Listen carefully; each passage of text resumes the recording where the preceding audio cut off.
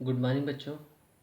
मैंने आपको next class में प्री टर्म पढ़ा दिया था, पोस्ट टर्म पढ़ा दिया था, लो बर्थ वेट बेबी क्या होता है, small for gestational age, large for gestational age, इतनी टॉपिकों को पढ़ा चुका हूँ। ठीक, इन सभी का मैनेजमेंट, देखिए ये सारे टॉपिक एक टॉपिक है। ठीक है, इन सभी टॉपिकों का मैनेजमेंट क्या होता है। ठीक है, ये अगर सारी क्लास को एक साथ दे देते तो क्लास बहुत लंबी हो जाती, इसलिए मैंने सबको टुकड़ों में बांट करके आपको क्लास प्रोवाइड किया है। ठीक है, इन सारी टॉपिकों का मैनेजमेंट क्या होता है। ठीक है, तो हम स्टार्ट करते हैं कि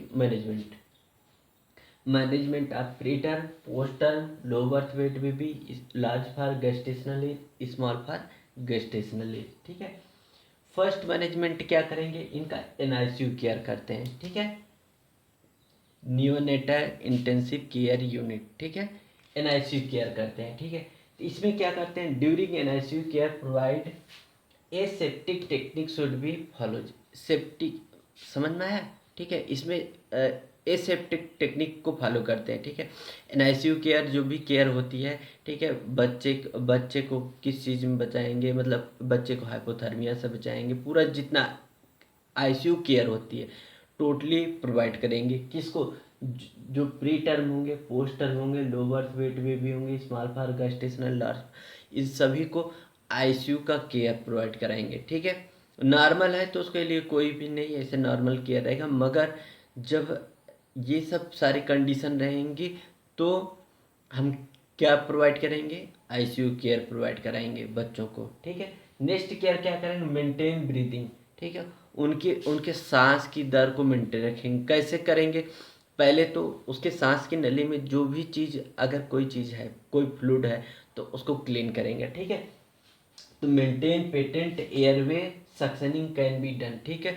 उसका पेटेंट एयरवे मेंटेन करेंगे, मतलब सांस का जो रास्ता ब्लॉकेज है उसको क्लीन करेंगे। ठीक है, तो जिससे क्या होगा, रास्ता जब साफ हो जाएगा तो बच्चा सांस ले सकता है। तो किसके द्वारा उसको रास्ते को क्लीन करेंगे, सक्शन करके।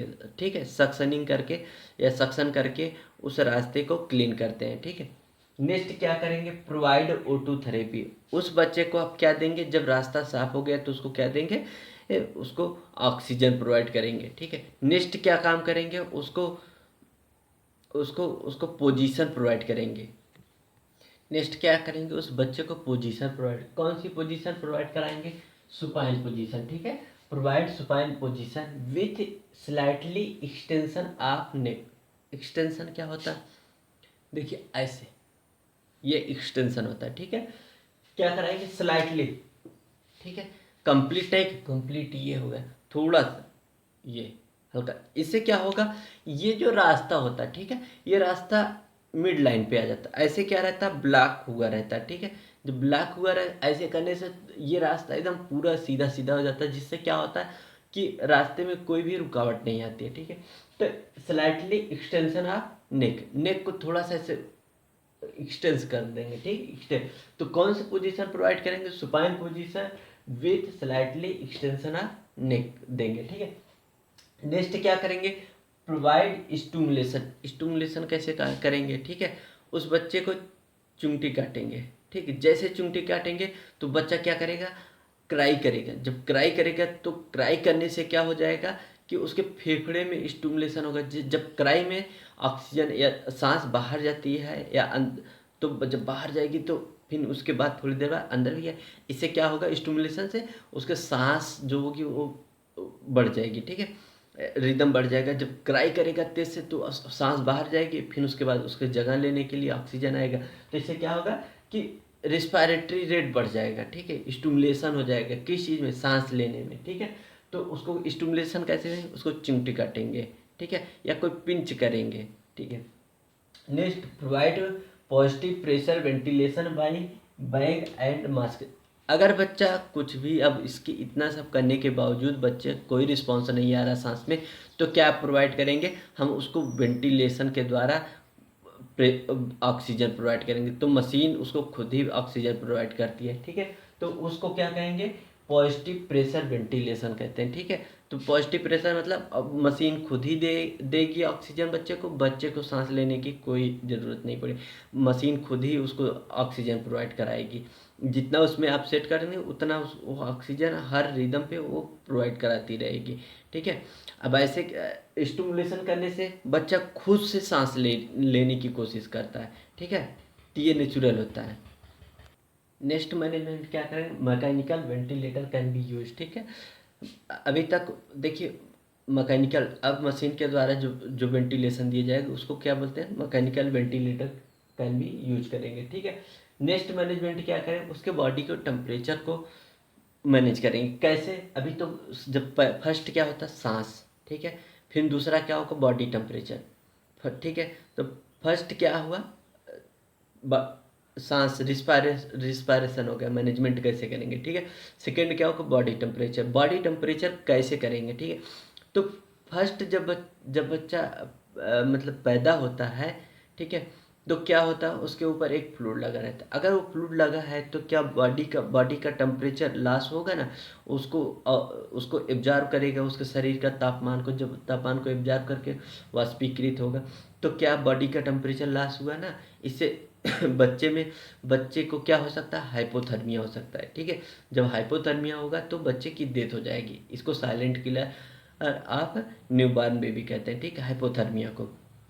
तो बच्चे को हाइपोथर्मिया से प्रिवेंट करने के लिए तुरंत उस बच्चे को क्या करेंगे, ड्राई कर देंगे, ठीक है। तो कैसे मेंटेन करेंगे उसके टेम्परेचर को, ठीक, ड्राई द नियोनेट। तो बच्चे को तुरंत क्या कर देंगे, नियोनेट को ड्राई करेंगे। किससे करेंगे, वार्म, जो वार्म तौलिया लिए रहेंगे उसी तौलिए से उसको, और भी स्टेराइल रहेगी, ठीक है, उस वार्म तौलिए से उस बच्चे को क्या करेंगे, क्लीन करेंगे। जब क्लीन करेंगे तो बच्चा क्या हो जाएगा, ड्राई हो जाएगा, ठीक है। नेक्स्ट क्या दी, कवर दी नियोनेट, ठीक है। अब बच्चे को वार्म तौलिए से क्या करना होता है, तुरंत कवर कर देंगे, ठीक है। नेक्स्ट मैनेजमेंट क्या करेंगे, ठीक है, कवर दी हेड को कवर करेंगे। हेड को ही क्यों कवर करेंगे, उसके पूरे शरीर को क्यों, उसके शरीर में और अंगों को क्यों पहले कवर नहीं करते, तो फर्स्ट हेड को, क्योंकि हमारे बच्चों के शरीर में पूरे शरीर की तुलना में हेड सबसे बड़ा आर्गन होता है, इसीलिए हेड से सबसे अधिक ताप का क्या हो सकता है, ताप मतलब निकलेगा, ठीक है। ताप हाइपोथर्मिया जो होगा, मतलब बॉडी का टेम्परेचर सबसे अधिक जो हीट का लॉस होता है वो हीट से होगा, ठीक है। जब हीट का लॉस सबसे अधिक कहाँ पे होगा बच्चों में, सिर से हो। क्यों सिर से, क्योंकि उसके शरीर की तुलना में, बच्चों के शरीर की तुलना में से बड़ा होता है, इसीलिए सर से हीट का लॉस सबसे अधिक होता है। इसीलिए सबसे पहले क्या, कौन सी चीज़ कवर करते हैं, हेड को कवर करेंगे, ठीक है। अब उसके बाद क्या करेंगे, उस बच्चे को रेडिएंट वार्मर, अगर बच्चे का, अब देखिए पहले तो प्रिवेंट करेंगे, फिर उसके बाद उस बच्चे को तापमान प्रोवाइड कराएंगे। कैसे कराएंगे, उस बच्चे को रेडिएंट वार्मर के नीचे ले जाकर के लिटा देंगे, ठीक है। रेडिएंट वार्मर के नीचे जब ले जाकर लिटा देंगे, ठीक है, रेडिएंट वार्मर ऊपर ऊपर से दो दो होते हैं, हमने पहले आपको बता चुका हूँ, दो होते हैं, ठीक है। तो उसमें रेडिएंट वार्मर के नीचे रख देंगे, जितना आप सेट कर देंगे वो मैनुअल होता है कि उतना ही हीट प्रोवाइड कराता रहेगा। दूसरा क्या होगा, सरोमार्ट में क्या होगा, बॉडी टेम्परेचर से जुड़ा रहेगा एक प्रोब, जितना अगर कम हो गया बॉडी टेम्परेचर तो वो अधिक तापमान प्रोवाइड करेगा, अगर अधिक हो गया तो कम तापमान प्रोवाइड करेगा, ठीक है। इसको सरोमार्ट कहते हैं, ठीक है। तो दो मॉड होते हैं रेडिएंट वार्मर में, ठीक है।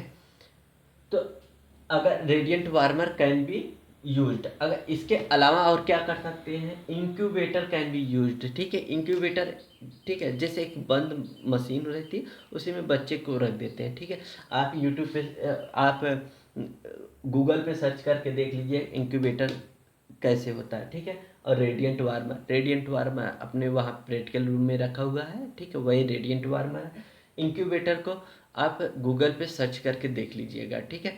तो उसमें एक ऐसे एक बंद डिब्बा रहता है जिसमें दो ओपनिंग रहती है, ठीक है।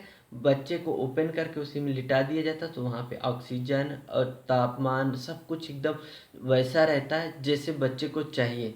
ठीक है, वैसा तापमान, वैसा सब कुछ वहाँ पे वातावरण रखा जाता है जैसा बच्चे को चाहिए। ठीक है, तो ये इंक्यूबेटर होता है। ठीक, नेक्स्ट मैनेजमेंट क्या करेंगे, उसको ब्रेस्ट फीडिंग प्रोवाइड करेंगे। ब्रेस्ट फीडिंग में क्या क्या देंगे, या तो माँ का दूध देंगे। ठीक है, ब्रेस्ट फीडिंग कराएंगे बच्चे को। अगर उससे भी नहीं बच्चे की भोजन की पूर्ति हो पा रही, तो हम क्या देंगे, बाहर से भोजन प्रोवाइड कराएंगे। बाहर से भोजन जो प्रोवाइड करेंगे उसको क्या कहेंगे, फार्मूला फीडिंग कहते हैं। फार्मूला फीडिंग मतलब इसमें गाय का दूध देते हैं। ठीक है, अगर माँ के दूध से बच्चे की भोजन की पूर्ति नहीं हो पा रहे, तो सेकेंड दूध कौन सा मैनेज कर देंगे, तो गाय का दूध। अगर गाय का दूध भी नहीं हो रहा, तब हम डिब्बे का दूध भी, तब डिब्बे का जो दूध मार्केट में आता है उसको प्रोवाइड कराएंगे। ठीक है, उसमें रामदेव बाबा का जो पैकेट वाला दूध आता है उसका सबसे ज़्यादा यूज होता है। नेक्स्ट मैनेजमेंट क्या, मेंटेन फॉर द कॉम्प्लिकेशन। ठीक है, जो कॉम्प्लिकेशन होगा उसका ट्रीटमेंट करेंगे। ठीक है, अब पहले उसको, अब उसको एयर वे कर दिए, फिर उसको उसके टेम्परेचर को, अब उसके भोजन को, अब इतना मैनेजमेंट करने के बाद, ठीक है, इन सब मैनेजमेंट करने के बाद उसके शरीर में जो भी कॉम्प्लिकेशन होगा, ठीक है, उसको मैनेजमेंट करेंगे। ठीक है, तो क्या क्या मैनेजमेंट हो, क्या क्या कॉम्प्लिकेशन हो सकते, continuously monitor the neonate for any complain like cyanosis, hypothermia, hypoglycaemia. ठीक है, अब उसको कंटिन्यूसली वॉच करते रहेंगे, उस बच्चे को कंटिन्यूसली वॉच करते रहेंगे कि उसमें क्या कहीं साइनोसिस तो नहीं हो रही, वो कहीं बच्चा हाइपोथर्मिया में तो नहीं जा रहा, कहीं हाइपोग्लाइसीमिया। अब ये सब जो भी कंडीशन, जो भी मतलब सिम्टम्स होंगे, अब इन्हीं का मैनेजमेंट करेंगे। ठीक है, अगर साइनोसिस हुआ, ठीक है, तो उसको क्या प्रोवाइड कराएंगे, ऑक्सीजन प्रोवाइड करेंगे। अगर हाइपोथर्मिया हो रहा, तो फिर उसको क्या प्रोवाइड करा देंगे, उसको फिर उसको क्या पढ़ा प्रोवाइड करा देंगे, इनको उसको उसको मतलब उसके टेम्परेचर को बढ़ाएंगे, वहाँ को जो रेडिएंट वार्मर होगा उसके टेम्परेचर को बढ़ा देंगे। ठीक, हाइपोग्लाइसीमिया अगर हो गया, तो हाइपोग्लाइसीमिया होगा तो उसको क्या दे देंगे, ग्लूकोज प्रोवाइड करें। ग्लूकोज में ब्रेस्ट फीडिंग करा सकते हैं, नहीं ब्रेस्ट फीडिंग कराएं तो D25 दे देते हैं। ठीक है, if any complication is present then provide treatment as early as possible. जो जो कंप्लेन हो कि उसका तुरंत ट्रीटमेंट प्रोवाइड करना होता है। ठीक है, जो भी कॉम्प्लिकेशन उस बच्चे में होगी उसका तुरंत का तुरंत उसको उस कॉम्प्लिकेशन का क्या करना है, ट्रीटमेंट प्रोवाइड करना है। ठीक है, नेक्स्ट उसको क्या कराएंगे, उसको वैक्सीन प्रोवाइड कराते हैं। ठीक है, नेक्स्ट मैनेजमेंट है वैक्सीनेशन। वैक्सीनेशन में क्या देंगे, ठीक है, जो वैक्सीन प्रोवाइड कराते हैं, ठीक है, एट बर्थ कौन सी वैक्सीन प्रोवाइड कराते हैं, तो BCG। ठीक है, BCG की वैक्सीन लगती है। ठीक है, तो जो भी वैक्सीन शेड्यूल के हिसाब से रखती है, इम्यूनाइजेशन शेड्यूल के हिसाब से रहती है, उस वैक्सीन को बच्चों को प्रोवाइड कराना होता है। Vaccine should be provided according to neonatal immunisation schedule. जैसा इम्यूनाइजेशन शेड्यूल होता है उसके अकॉर्डिंग बच्चे को वैक्सीन प्रोवाइड कराई जाती है। ठीक, तो एट बर्थ कौन सी वैक्सीन प्रोवाइड कराते हैं, ठीक है, तो BCG की वैक्सीन होती है, उसको प्रोवाइड कराते हैं। ठीक है, नेक्स्ट क्या होगा, ट्रांसपोर्टेशन।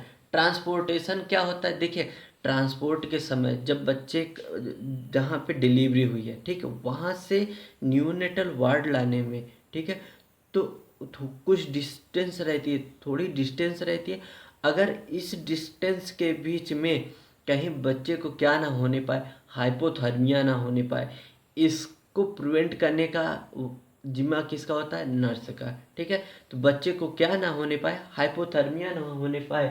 ठीक है, during transportation hypothermia can occur, it can be prevented by KMC. ठीक है, जब बच्चा जहाँ पे बच्चे की डिलीवरी हुई वहाँ से नियोनेटल वार्ड लाने में, ठीक है, डिस्टेंस जो होती है उसके बीच में बच्चे में हाइपोथर्मिया होने के चांस सबसे अधिक होते हैं। क्यों, क्योंकि वहाँ पे इन्वायरमेंट बहुत ओपन रहता है। ठीक है, तो इस अब उसको प्रिवेंट कैसे करेंगे कि एक बच्चे में क्या ना होने पाए, हाइपोथर्मिया, तो उसको इसके चांस सबसे अधिक चांस होते हैं हाइपोथर्मिया होने के, ठीक है। उसको प्रिवेंट कैसे कर सकते हैं, तो बच्चे को केएमसी प्रोवाइड करा कर, केएमसी कैसे प्रोवाइड कराएंगे, माँ के चेस्ट के ऊपर बच्चे को लिटा देंगे और लिटा करके माँ ऐसे लेटी हुई रहेगी, साथ में माँ और बच्चा आएगा। तो उस समय वहाँ पे आपको बच्चे को क्या मिलता रहेगा, हीट मिलता रहेगा, किससे, मदर से, ठीक। तो बच्चे को क्या नहीं होगा, हीट, हाइपोथर्मिया होने के चांस नहीं होंगे, ठीक है। तो केएमसी केएमसी सबसे अच्छा बेस्ट होता है उस समय ट्रीटमेंट, जब मतलब अगर जब ट्रांसपोर्टेशन होता रहता है और बच्चे को हाइपोथर्मिया से बचाना रहता है, तो सबसे बेस्ट मेथड होता है केएमसी, ठीक है। केएमसी के द्वारा ही बच्चे को हाइपोथर्मिया से बचाया जाता है, ठीक है। सारा management, low birth weight baby, preterm, post term, large for gestational age, small फास्ट गेस्टेशनल, जो जो भी मैनेजमेंट होता है मैंने आपको सब कुछ बता दिया है, ठीक है। नेक्स्ट क्लास में आपको अगला टॉपिक पढ़ाएंगे, ठीक है।